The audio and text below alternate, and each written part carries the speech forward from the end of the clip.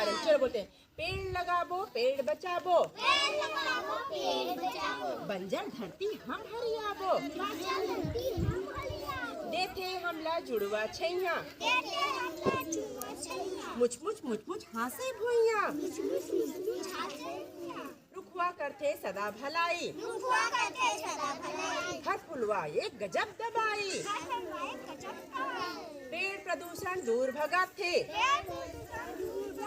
पर हित के ये अलग जगह थी, पेड़ लगाबो चारों कोती, पेड़ असल है हीरा मोती। तो बताइए इस कविता में हमने पेड़ के बारे में क्या क्या सीखा जी? पेड़ से हमको क्या क्या मिलता है भाई? लकड़ी मिलता है, और फूल मिलता है, और पत्ता मिलता है, और छाया मिलता है, फल मिलता है, और फूल भी मिलता है। और जानते हो इससे पेड़ से हम जो हमारे आसपास जो प्रदूषण होता है ना वो,